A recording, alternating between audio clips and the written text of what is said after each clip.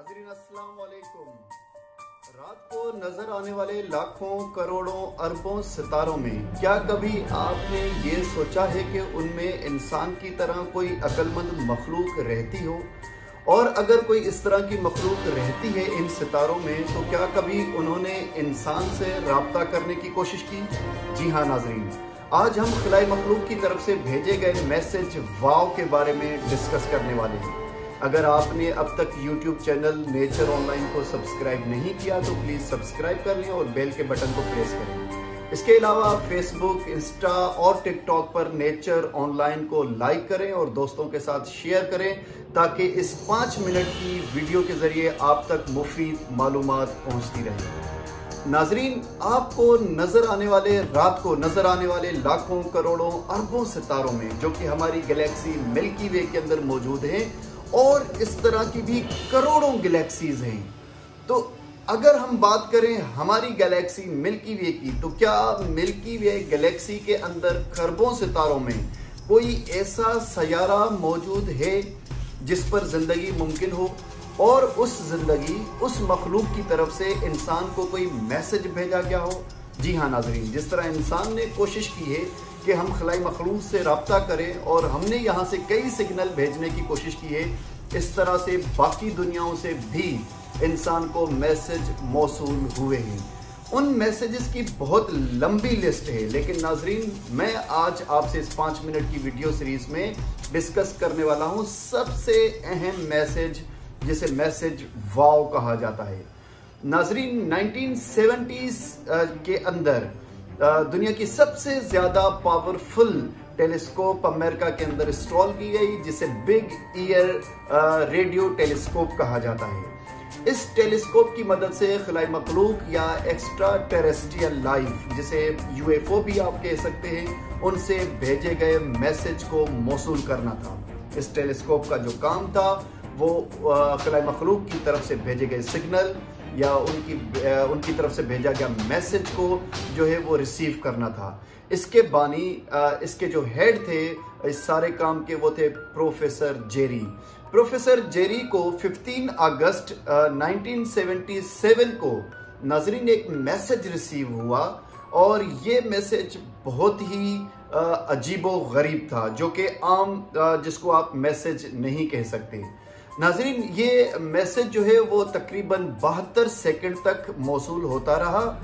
इत्तेफाक से जो है हमारी ज़मीन की रोटेशन की वजह से हमारी ज़मीन थोड़ा सा अपनी जगह से जो है वो रोटेट कर गई, जिस वजह से ये मैसेज आगे हमें रिसीव नहीं हो सका।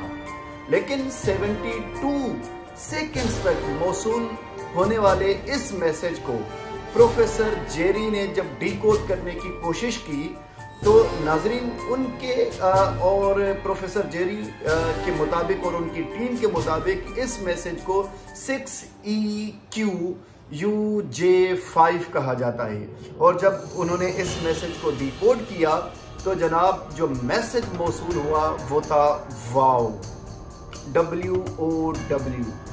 है ना हैरत वाली बात कि अल्फा सेंटोरी, जो कि हमसे तकरीबन 4 से 5 लाइट ईयर दूर है, इस सितारों के झुरमुट में से भेजा गया ये मैसेज, जिसे हम वाव मैसेज कहते हैं, जो कि खलाई मखलूक की तरफ से ये भेजा गया सबसे ज़्यादा पावरफुल रेडियो मैसेज था जो कि ज़मीन पर मौसूल हुआ था। प्रोफेसर जेरी के मुताबिक ये मैसेज ना ही तो कोई हाइड्रोजन के रिएक्शन की वजह से था और ना ही आसमान में मौजूद किसी और केमिकल एक्टिविटी की वजह से था। ये मैसेज जो है वो एक्चुअली किसी एक्स्ट्रा टेरेस्ट्रियल लाइफ की तरफ से भेजा गया इंसान को मैसेज था। नाजरीन, इस मैसेज के बारे में, वाव मैसेज के बारे में बहुत सारे लोगों की अजीब व गरीब किस्म की थीरीज भी मौजूद हैं, लेकिन अगर बात की जाए कि इन लाखों करोड़ों सितारों के अंदर अगर कोई इस तरह की मखलूक मौजूद है जिसने इंसान को मैसेज करने की कोशिश की, तो वो मैसेज क्या दोबारा क्यों नहीं आया? और क्या उन्होंने भी अंदाजे के हिसाब से ये मैसेज किया था कि हो सकता है कि सोलर सिस्टम में कोई मखलूक मौजूद हो और हमारे मैसेज को रिसीव करे? नाज़रीन, हमने भी इस वाओ मैसेज के रिस्पॉन्स में एक मैसेज अल्फा सेंटोरी की तरफ भेजा है, लेकिन अब तक उसका जवाब मौसूल नहीं हुआ। इसके अलावा नाज़रीन, अगर बात की जाए एक और मैसेज की जो 2020 में मौसूल हुआ, और इस मैसेज को 16 डे मैसेज कहा जाता है। नाज़रीन, ये मैसेज जो था जो है वो मुसलसल 16 दिन तक हमें मौसूल होता रहा, मतलब 1 से 2 दिन जो है वो मौसूल होता, और इसके अलावा 14 दिन तक खामोशी छा जाती। फिर 16वें दिन जो है 15वें-16वें दिन ये मैसेज रिसीव होता, फिर खामोशी। फिर इस तरह से कई अरसे तक ये मैसेज जो है वो 16वें दिन के हिसाब से मौसूल होता रहा, और इसको भी हमने डिकोड करने की कोशिश की, लेकिन अब तक हम कामयाब नहीं हुए। ये जो बहुत ही ज़्यादा आप कह सकते हैं कि रेडियो बर्स्ट जो मैसेजेस थे जो अभी 2020 में हुए हैं, ये बहुत ही दूर से आए थे। तकरीबन आप अंदाज़ा लगा सकते हैं कि ये हमारे से 5 बिलियन लाइट ईयर की दूरी से आए हैं, और ये दूरी बहुत ज़्यादा दूरी है। नाज़रीन, मैं उम्मीद करता हूँ कि आपको आज का वीडियो वाओ मैसेज पसंद आया होगा। क्या आपको मालूम है कि दुनिया में सबसे ज़्यादा इश्क, मोहब्बत और प्यार में महंगा तोहफा किस मर्द ने किस औरत को दिया था? चलिए आज मैं आपको इस 5 मिनट की वीडियो सीरीज में बताता हूँ कि दुनिया का सबसे ज़्यादा महंगा, स्ट्रेंज और एक बिल्कुल ही अलग टाइप का तोहफा किस मर्द ने प्यार, मोहब्बत या इश्क में किस औरत को कब और कैसे दिया था। अगर आपने अब तक YouTube चैनल नेचर ऑनलाइन को सब्सक्राइब नहीं किया तो प्लीज़ सब्सक्राइब कर लें, बेल बटन को प्रेस करें, या फिर फेसबुक, इंस्टा और टिकटॉक पर नेचर ऑनलाइन को लाइक करें, दोस्तों के साथ शेयर करें, ताकि इस तरह की स्ट्रेंज और मुफीद मालूमात आप तक पहुंचती रहे। नाज़रीन, वैसे तो दुनिया के अंदर कई मर्द हजरात ने मोहब्बत में, प्यार में औरतों को ताजमहल, हीरे मोती, इसके अलावा और न जाने कितने महंगे जो है वो तोहफे ज़रूर दिए होंगे, लेकिन आज मैं जिस गिफ्ट की बात करने वाला हूँ ये दुनिया में आज तक शायद ही किसी ने दिया हो, और आने वाले कई 100 सालों तक शायद ही कोई मर्द किसी औरत को दे सके। जी हाँ नाज़रीन, आपने अपोलो मिशन के बारे में ज़रूर सुना होगा। अपोलो मिशन स्टार्ट हुए थे 11, 12, 13 और 14। इसका स्टार्ट लिया था नील आर्मस्ट्रॉन्ग ने। इनका नाम तो आप जानते होंगे, ये वो शख्स हैं जिन्होंने दुनिया के सबसे पहले आदमी थे जिन्होंने चांद पर कदम रखा था। जी हाँ नाज़रीन, उसके बाद कई एस्ट्रोनॉट्स गए जिन्होंने चांद पर कदम रखा, लेकिन अपोलो 17 के कमांडर यूजीन सर्नन, ये वो कमांडर थे जो अपोलो 17 को लेकर चांद पर गए थे। नाज़रीन, मैं आपको बताता चलूं कि अपोलो 17 के बारे में बहुत सारे रिकॉर्ड हैं, जिनमें से 1 या 2 मैं आपके साथ शेयर कर दूं कि ये चांद पर जाने वाला आखिरी मिशन था अपोलो 17। और मज़े की बात यह है कि ये वो मिशन था जो ज़मीन से रात के वक्त स्टार्ट हुआ था, हालांकि सारे मिशन दिन के वक्त स्टार्ट होते थे।